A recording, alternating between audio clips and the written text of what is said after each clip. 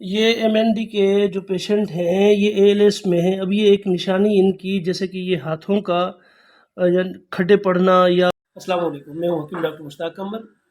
ये आपको एक एमएनडी, एएलडी, डीएमडी या जो भी जेनेटिक ऐसे अमराज होते हैं तो उनका फिजिकल ट्रीटमेंट कैसे होता है। मेडिकल ट्रीटमेंट तो सबको पता होगा, लेकिन फिजिकल ट्रीटमेंट कैसे होता है या उसमें कौन कौन सी अद्वियात इस्तेमाल हो सकती हैं मुमकिन तौर पर, तो वो आपके सामने रखूंगा और वो आपको करके भी दिखाऊंगा इंशाल्लाह अज़ीज़। अभी ये एक और तेल बना रहा हूँ। ये तेल जो है ये इसमें ही शामिल होता है। तो ये पारे का तेल है। दरअसल इसके अंदर मैंने वो गोल्डन ऑयल शामिल कर दिया है, यानी कि 1 तोला गोल्डन ऑयल तो 1 तोला पारा। तो ये पारे का आपने अक्सर देखा होगा कि सुर्ख तेल होता है पारे का। तो ये सुर्ख तेल जो है ये पारे का बनाना है अभी मैंने, तो अभी ये प्रोसेस में ही है। तो ये आहिस्ता आहिस्ता ये पारे का तेल बनता जाएगा, तो वो भी इंशाल्लाह फिर मैं आपको दिखा दूंगा। ये आप देख सकते हैं कि ये ऑयल और फिर उसमें पारा डला हुआ है। तो अभी इसको मैं रेत जंतर पे लगाऊंगा। तकरीबन आधा किलो रेत होनी चाहिए। आधा किलो रेत में ये मैं रखूँगा। तो रख के फिर मैं आपको बता दूंगा कि किस तरीके से रखा जाता है और कितना रखा जाता है, क्योंकि अभी रेत गर्म हो रहा है। अभी ये आग पे रखा हुआ है, तो आग भी नीचे चल रही है इसमें। तो ये गर्म हो जाए तो फिर मैं दिखा रहा हूँ आपको। ये अब आग हमारी जो है चल रही है नीचे, देख रहे हैं। एक कानी की आग है और दूसरा ये कि रेत भी गर्म हो गया है। तो अब इसके अंदर हमने ये रखना है। अब ये देखें कि ये पारा है। जितना पारा है उतना हमने इसके अंदर इसको दबाना है। जितना पारा है इससे ज़्यादा नीचे नहीं दबाना, बस ये यहाँ तक।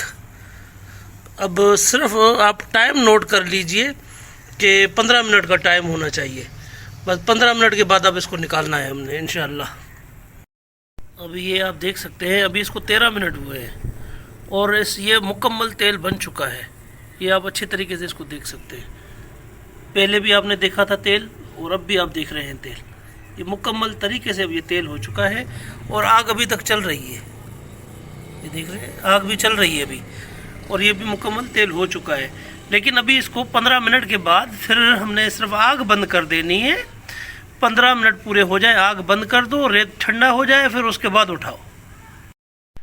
ये एक कजली तैयार कर रहा हूँ। कजली आम हालत में आप लोगों ने देखी होगी कि कजली कैसी बनती है, वो तो हर तबीब को पता होता है।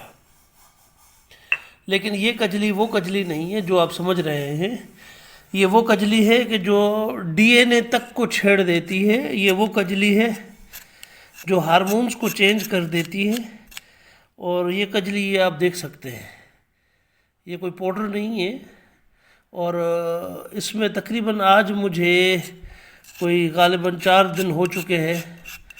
अभी मज़ीद इस पे काम जारी है। तो अभी सोचा कि क्यों ना चलो आप लोगों के साथ भी ये शेयर कर दूं। तो ये वो कजली है कि जो हम तैयार कर रहे हैं। ये जो क्रोमोसोम एक्स जीन और क्रोमोसोम जीन प्रोटीन तक को छेड़ देती है, यानी कि जो जेनेटिक अमराज होते हैं उन जेनेटिक अमराज में ये कजली काम आती है। तो बहरहाल ये दवा बना रहे हैं हम।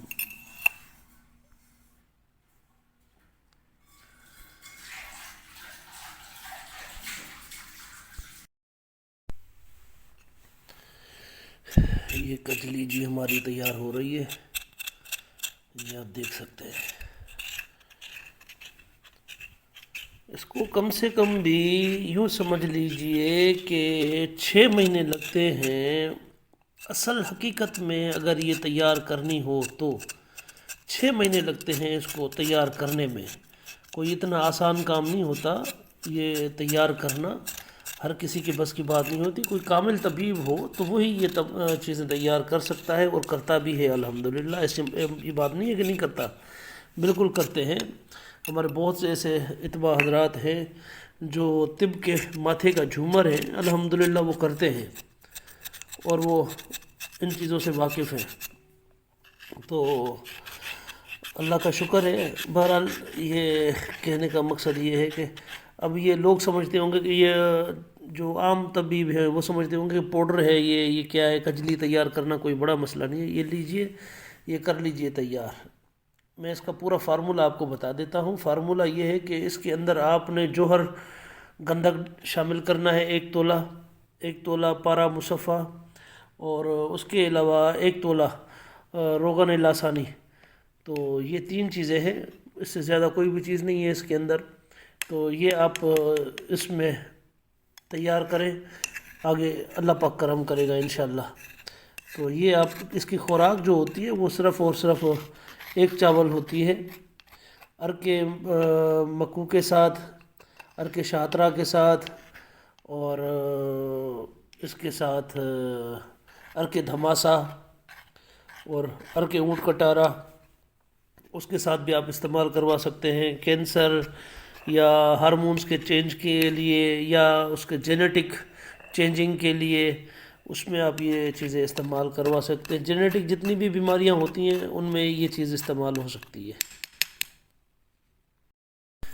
ये इसको जो है आप इतना यानी कि सख्त हाथों से इसकी रगड़ाई होती है, जिस तरह आप देख रहे हैं इतना सख्त हाथों से इसकी रगड़ाई होती है। तो ये आप अच्छे तरीके से देख सकते हैं।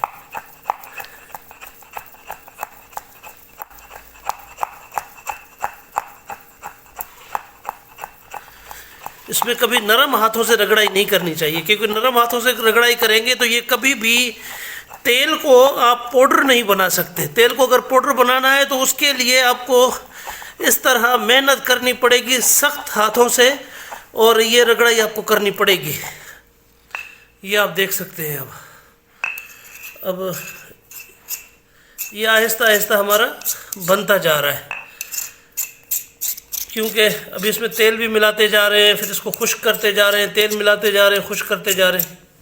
ये इस दवा के अंदर मैंने ये भी मिला दी है दूसरी दवा भी, ताकि ये जो है इसको सही तरीके से मैं बना सकूं। अब ये हमारी तैयार हो गई ये दवा, क्योंकि इसमें हमने कजली शामिल कर ली। अब इसके बाद इसमें मैंने ये प्याले में थोड़ी सी निकालनी है, और उसके साथ सफ़ेद गंधक, ये सफ़ेद गंधक, ये जो आप देख रहे हैं सफ़ेद गंधक, ये सफ़ेद गंधक, वाइट गंधक। तो ये सफ़ेद गंधक आधा चावल, इससे ज़्यादा नहीं देनी, आधा चावल सफ़ेद गंधक, और ये 2 रत्ती जो है हमने ये लेनी है।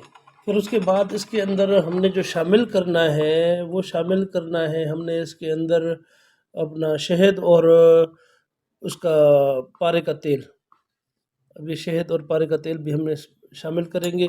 फिर उसके अलावा इसके अंदर जो हम शामिल करेंगे वो गोल्डन ऑयल, जो आपने पहले मैंने वीडियो में देखी, मतलब बनाकर दिखाया है, वो वीडियो भी देख लीजिए आप। फिर उसके अलावा रोगन लासानी, ये रोगन लासानी, ये भी वीडियो मौजूद है पारे के तेल। ये एमएनडी के जो पेशेंट हैं ये एएलएस में हैं। अब ये एक निशानी इनकी, जैसे कि ये हाथों का या खड्डे पड़ना या ग्रिप में कमज़ोरी। दूसरा उसके अलावा भी एक जो हम दवा इसमें इस्तेमाल करवाते हैं या फिज़िकल चेकअप के लिए, एक तो मैंने इनको कैप्सूल खिला दिया है, और दूसरा ये दवा खिलाकर और फिर इनका फिज़िकल चेकअप होता है, ताकि हमें सही मायने में पता चल सके कि इनका इशू कहाँ कहाँ आ रहा है। अब ये आप देख सकते हैं पेशेंट के ये गर्दन के 2 हिस्से। अब ये यहाँ से ये, और लेफ्ट और राइट, तो यहाँ पर आपको अगर महसूस हो सके, कोई भी एमएनडी का पेशेंट हो उसको आप जब चेक करेंगे तो ये देखें कि अब इनका राइट साइड पर जो है बिल्कुल इनको ये खड्डे की सूरत आ चुकी है कि अंदर धंस चुका है, और लेफ्ट साइड जो है इनकी ये बाहर निकल रही है, ये आपको सामने नज़र आ रहा होगा। तो यहाँ पर हमने दवा अप्लाई करनी होती है। वो दवा अप्लाई करके फिर हमें सही मायने में इनका पता चलता है कि ये किस हद तक हमारा कामयाब जो है इनका हो सकता है। वो भी मैं आपको दिखा देता हूँ। अब ये दवा है हमारी जो फिज़िकल चेकअप में हम यूज़ करते हैं, और ये बिस्मिल्लाह,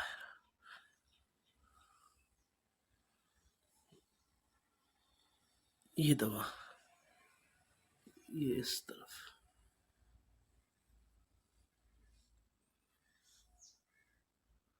ये इतनी दवा लगानी है, इससे ज़्यादा दवा नहीं लगती। और दूसरी बात यह है कि इसमें एक चीज़ का ख़ास ख्याल रखा जाता है कि अगर कोई ऐसा पेशेंट हो तो उसकी सेहत को मद्देनज़र रखते हुए फिर उसके बाद ही आप ये दवा इस्तेमाल कर सकते हैं, उससे पहले इस्तेमाल नहीं कर सकते।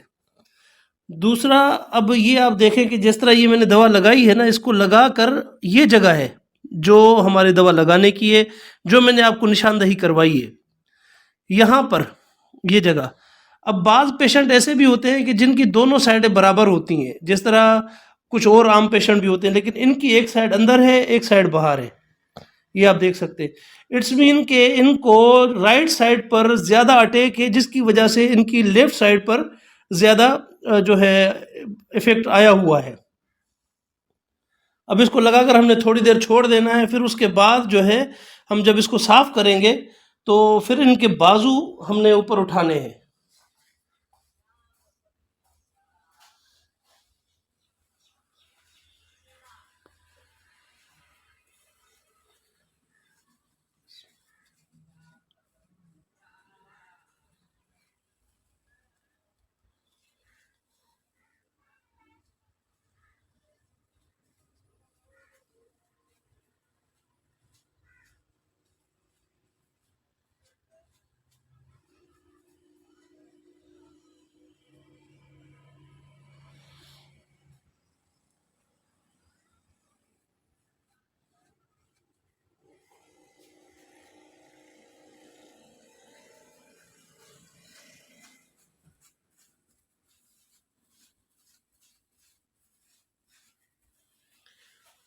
अब ये आप महसूस करें कि ये वाली साइड और ये वाले साइड दोनों, ये वाली साइड थोड़ी उभरती जा रही है पहले की तरह। पहले ये अंदर हो गई चुकी थी, लेकिन अब ये उभरती आ रही है सिर्फ दवा लगाने की सूरत में। ये देखें।